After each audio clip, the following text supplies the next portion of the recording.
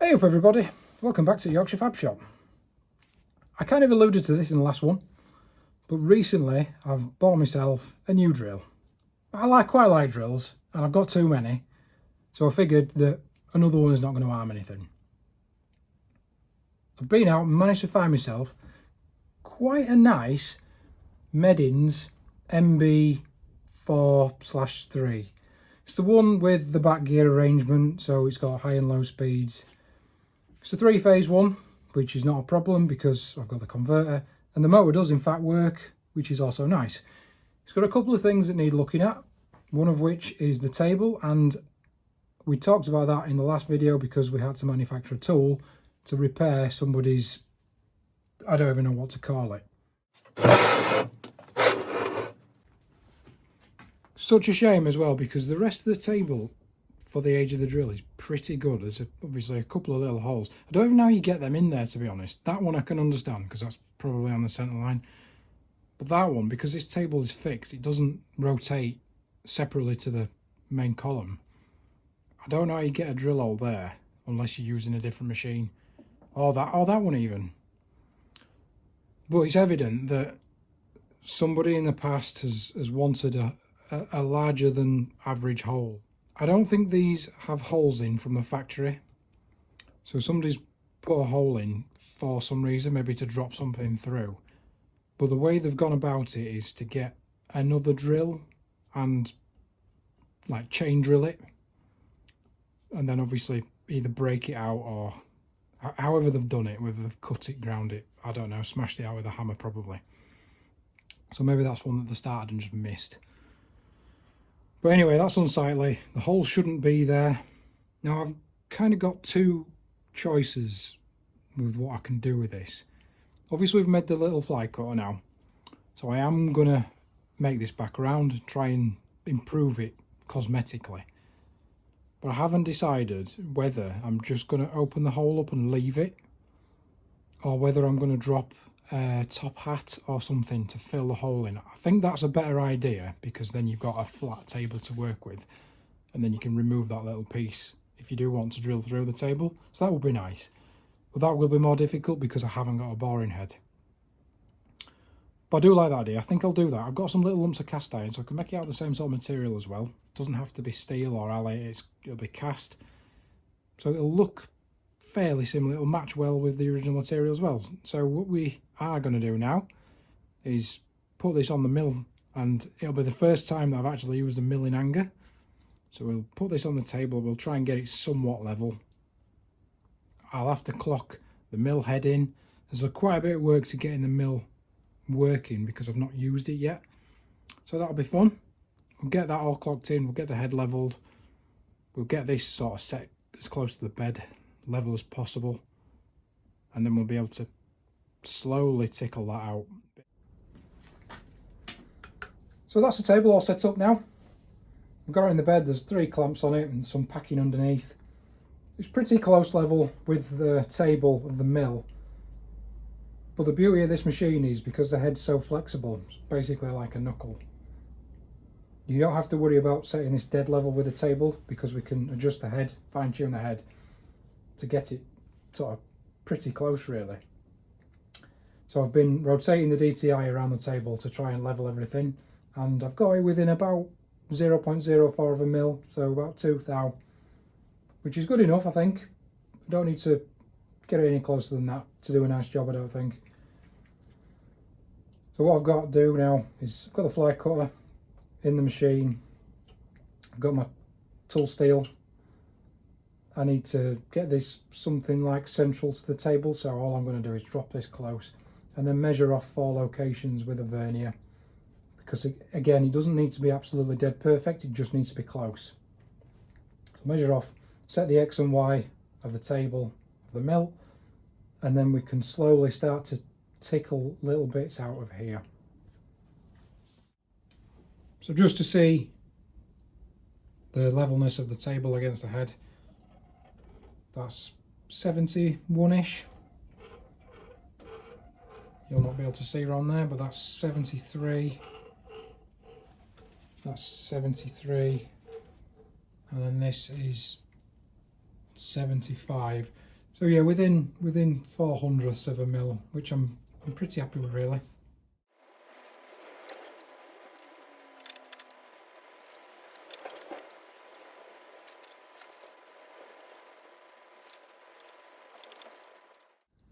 Okay, so we're pretty close in the centre now. Obviously all these edges are rough cast, so they're not going to be ideal, but it's within 0.2, 0.15 of a mil, which is plenty close enough for this.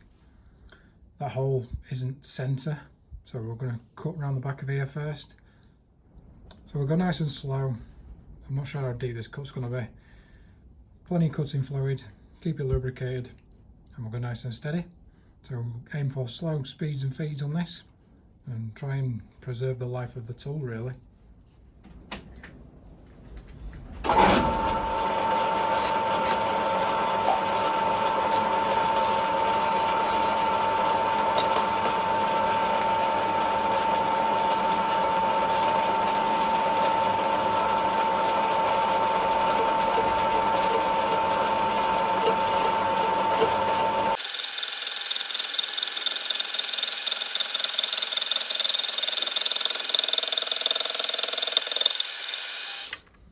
Right, so you can see where that's taken that out first cut. Quite a big cut, so probably 1.5 mil, judging by the step that we're leaving on the way down. Not too difficult for the tool will manage fine.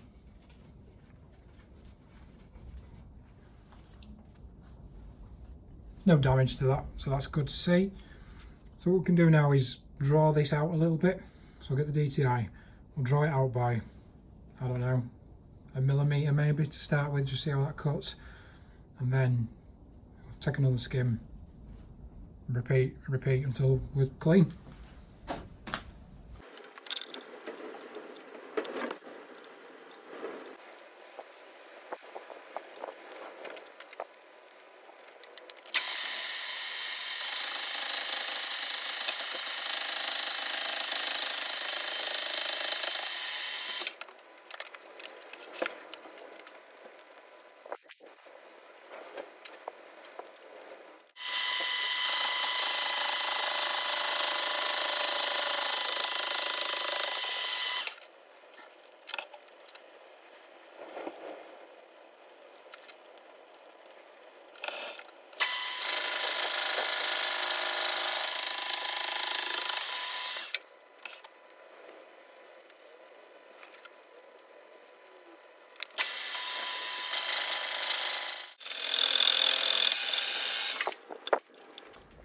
So we're pretty close now. There's just a little bit of a remaining hole there, the edge of one. So I'm going to go 0.5 mil increments now, so that we can take nice delicate cuts, get a nice round hole ready for when we machine the little top hat that's going to go in there.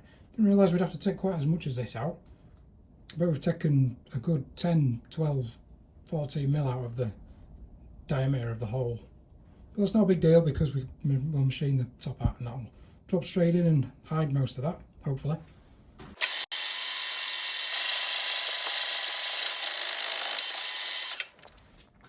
With all the roughing out done now, I'm going to put a small cut on, maybe 0.2, just to take a quick sort of finishing pass. I've sped the speed of the machine up a little bit so that we can cut a little bit faster, because a slightly faster surface speed will produce a better finish. There's still a little bit of the edge of the hole remaining there, but all that will come out when we machine the step into this.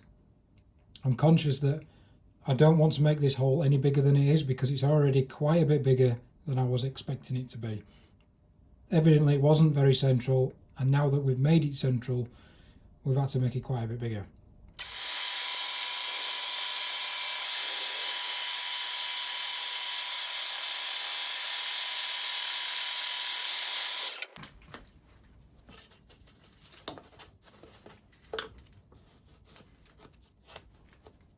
Yes, that's a beautiful finish in there now. So as I said, we'll put 3/4 mil cut on, and we'll go down to half the depth.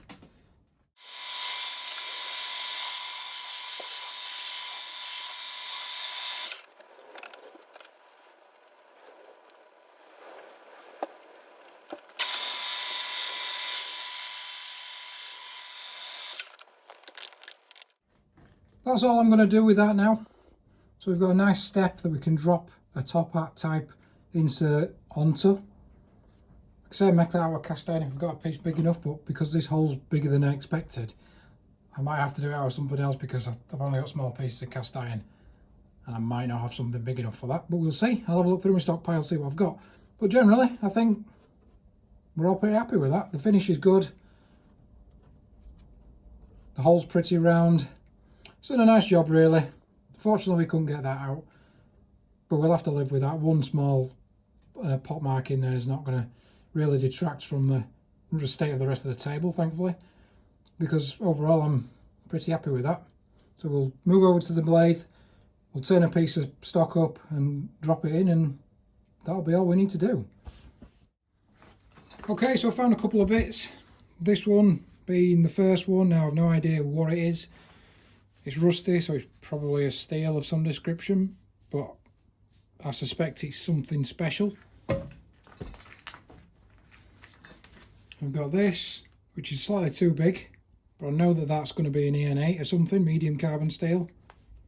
So that'll be tough to turn, but I've got plenty of that. And then I've got this little lump, which is miles too big.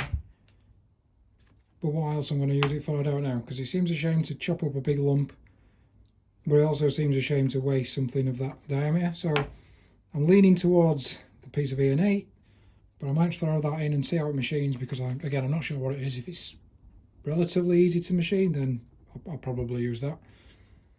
We'll put that in the forge jar and we'll do a test cut, see what it's like.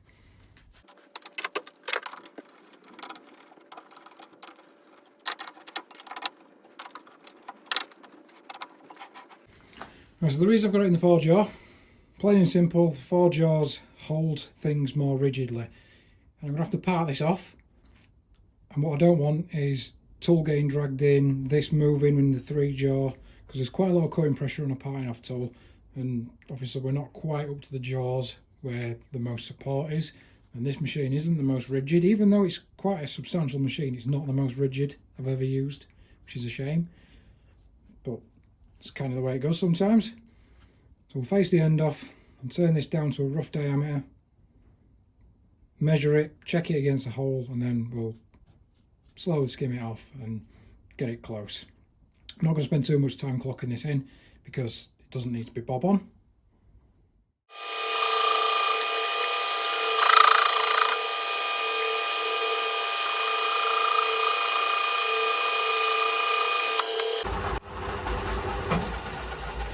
Okay, after that first cut, I can see it's something that's relatively special, but I don't think it's anything particularly to worry about.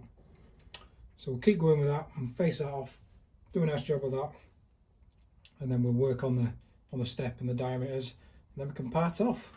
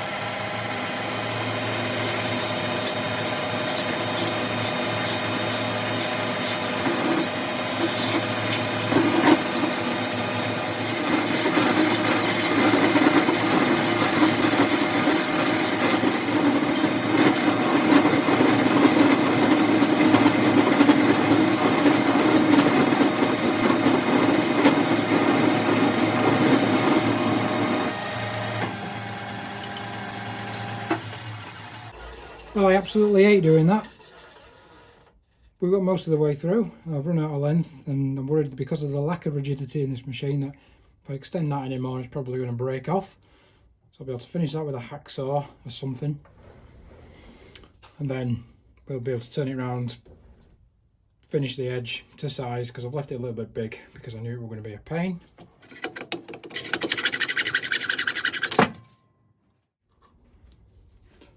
Right, there we go then. Thankfully that's given me an opportunity to try in the hole, and I can report that it actually fits better than I was hoping. It's a nice soft tap fit, so you can't push it in by hand. A little tap with the hammer goes in perfect. So as I said, I need to skim this down, so I can grab that in the 3 or the 4 jaw, skim that to thickness on that face, drop it in, and that'll be all done. So you can see there weren't too much to cut through, but it still took a little bit of time.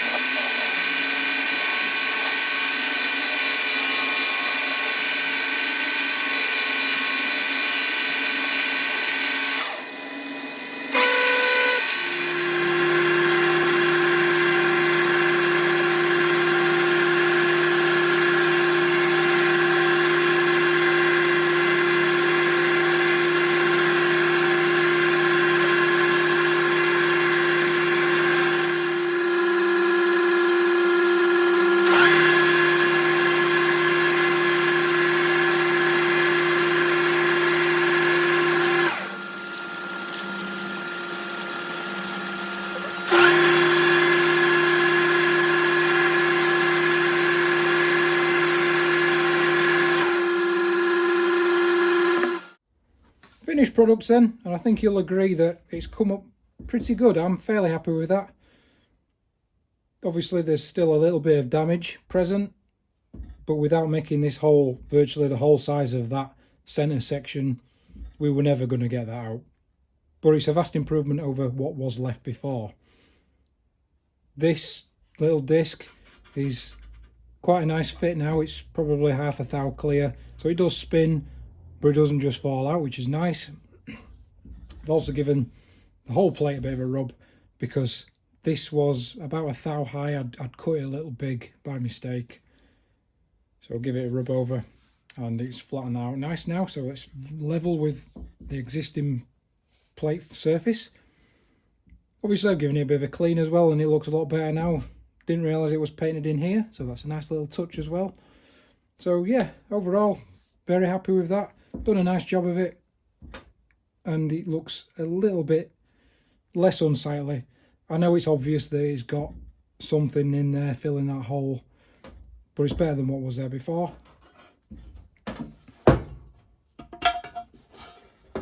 And then of course if we do need to machine anything through here, we can always take that out, put it to one side, and we've got a nice clear hole there to drill, far bigger than what this drill would ever need to do going forward. So yeah, overall really happy with the outcome. Obviously we got to use a mill as well, which is a nice little bonus. So hope you've enjoyed that. Thanks for watching. From Yorkshire Fab Shop, see you next time.